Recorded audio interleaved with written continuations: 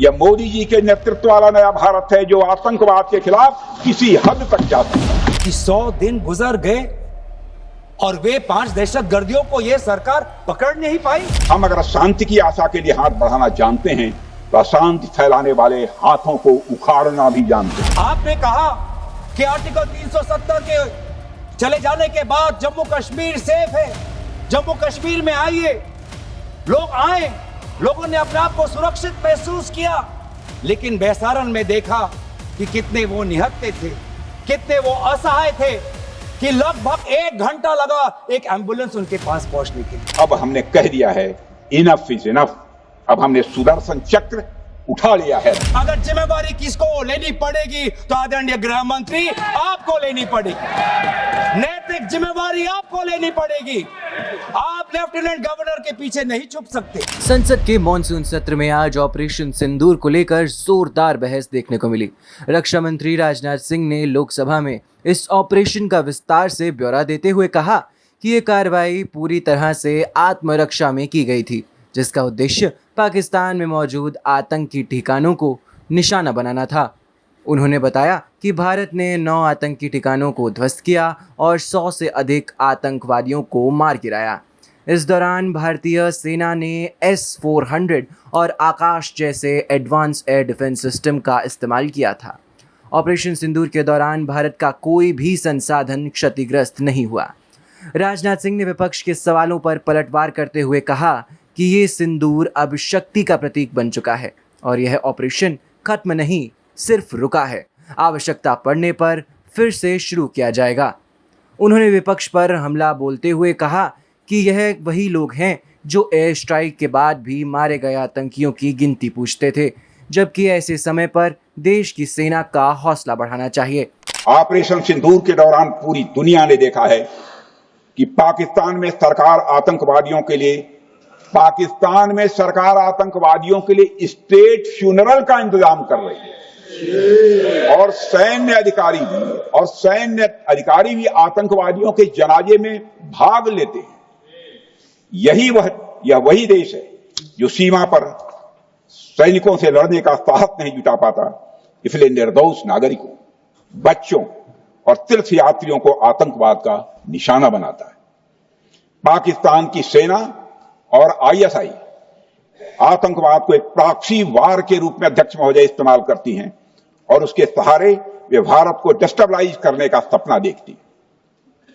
अध्यक्ष महोदय, मैं लोकतंत्र के मंदिर में खड़े होकर यह बात कह रहा हूं कि भारत को 1000 कट्स देने का सपना पालने वालों को नींद से जग जाना चाहिए।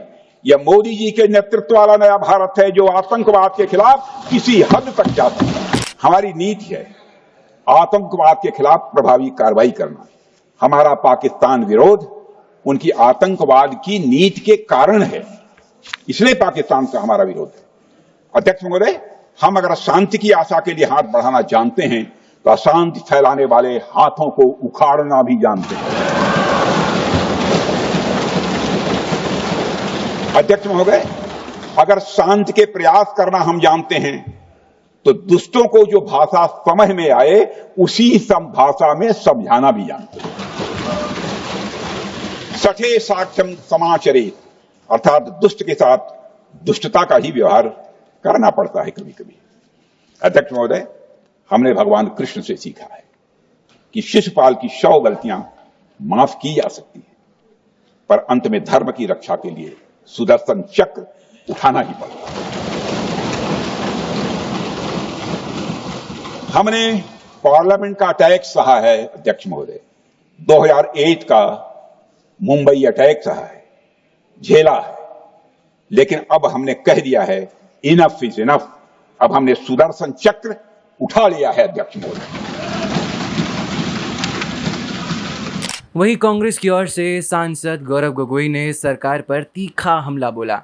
उन्होंने पूछा कि आखिर आतंकवादी पहलगाम तक कैसे पहुंचे।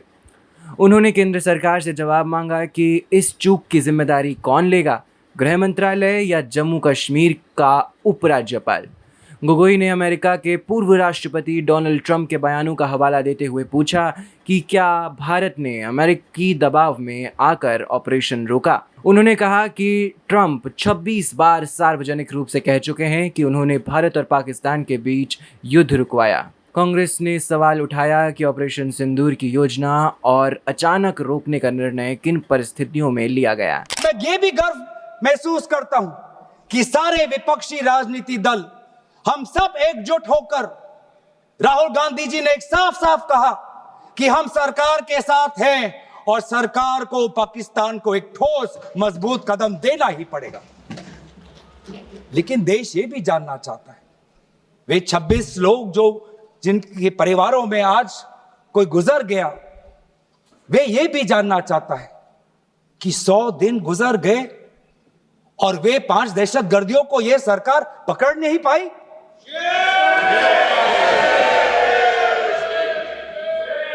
देश के वो लोग ये भी जानना चाहते हैं कि ये जो 5 दहशतगर्दी जो आए टेररिस्ट, निश्चय इनको किसी ने पनाह दी, निश्चय इनको किसी ने जानकारी दी, निश्चय ये पूरा जो 1 घंटा का जो उन्होंने गोला बारूदी की, उसके बाद ये फरार हो गए, उनको फरार होने में भी किसी ने उनकी मदद की। और आज भी ये 100 दिन हो गए और सरकार के पास कोई जवाब नहीं। आज आपके पास ड्रोन है, आपके पास पेगासस है, आपके पास सैटेलाइट है, वहां पे सीआरपीएफ है, वहां पे बीएसएफ है, वहां पे सीआईएसएफ है, वहां पे आदरणीय गृह मंत्री कुछ दिन पहले ही गए थे पूरा रिव्यू लेने के लिए, और आप किसी को पकड़ नहीं पाए। ये कैसी है, ये कैसा बंदोबस्त? आपने कहा कि आर्टिकल 370 के चले जाने के बाद जम्मू कश्मीर सेफ है, जम्मू कश्मीर में आइए, लोग आए, लोगों ने अपने आप को सुरक्षित महसूस किया। लेकिन बेसारन में देखा कि कितने वो निहत्थे थे, कितने वो असहाय थे कि लगभग 1 घंटा लगा एक एम्बुलेंस उनके पास पहुंचने के लिए। पुलिस पर अगर आर्मी भी आई तो चल के आई। और सर, मैं वो नजारा भूल नहीं सकता, एक मां और एक बेटी चल के नीचे आ रही थी, एक भारत के सिपाही को देखा और सिपाही को देखकर वो रो पड़े, खुशी से नहीं, डर से, क्योंकि उनको लगा कि वे दहशतगर्द जिन्होंने सिपाहियों का यूनिफॉर्म पहनकर वहां पर लोगों को मारा, आज वही दहशतगर्द आज पहाड़ के नीचे उनका इंतजार कर। उस भारत के सिपाही को कहना पड़ा कि मैं भारतीय हूं, तुम डरो मत, मैं भारतीय हूं, तुम सेफ हो, सुरक्षित हो। ऐसा दहशत उन्होंने महसूस किया।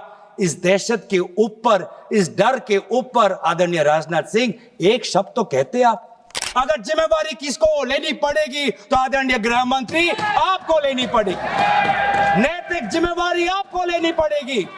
आप लेफ्टिनेंट गवर्नर के पीछे नहीं छुप सकते, आप लेफ्टिनेंट गवर्नर के पीछे ये केंद्र सरकार नहीं छुप सकती, क्योंकि गृह मंत्री खुद वहां पे थे कुछ ही हफ्ते पहले, खुद उन्होंने सिक्योरिटी का रिव्यू लिया कि आपके पास जानकारी नहीं थी।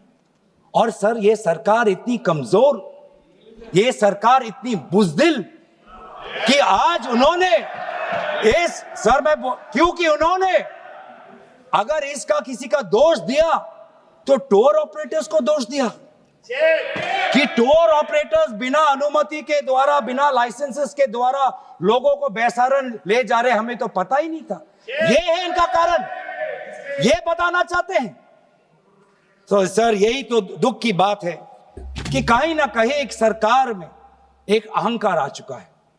इंटेलिजेंस और सिक्योरिटी जो फ्रेमवर्क है, एस्टैब्लिशमेंट है, जो लोग हैं जो निर्णय लेते हैं इंटेलिजेंस और सिक्योरिटी की, आज उनमें एक अहंकार आ गया है कि चाहे जितनी भी बड़ी गलती हो उन पर कोई सवाल नहीं उठा सकता। लेकिन आज हम सवाल उठा रहे हैं, आज हम सवाल उठा रहे हैं, आज हम सवाल उठाएंगे।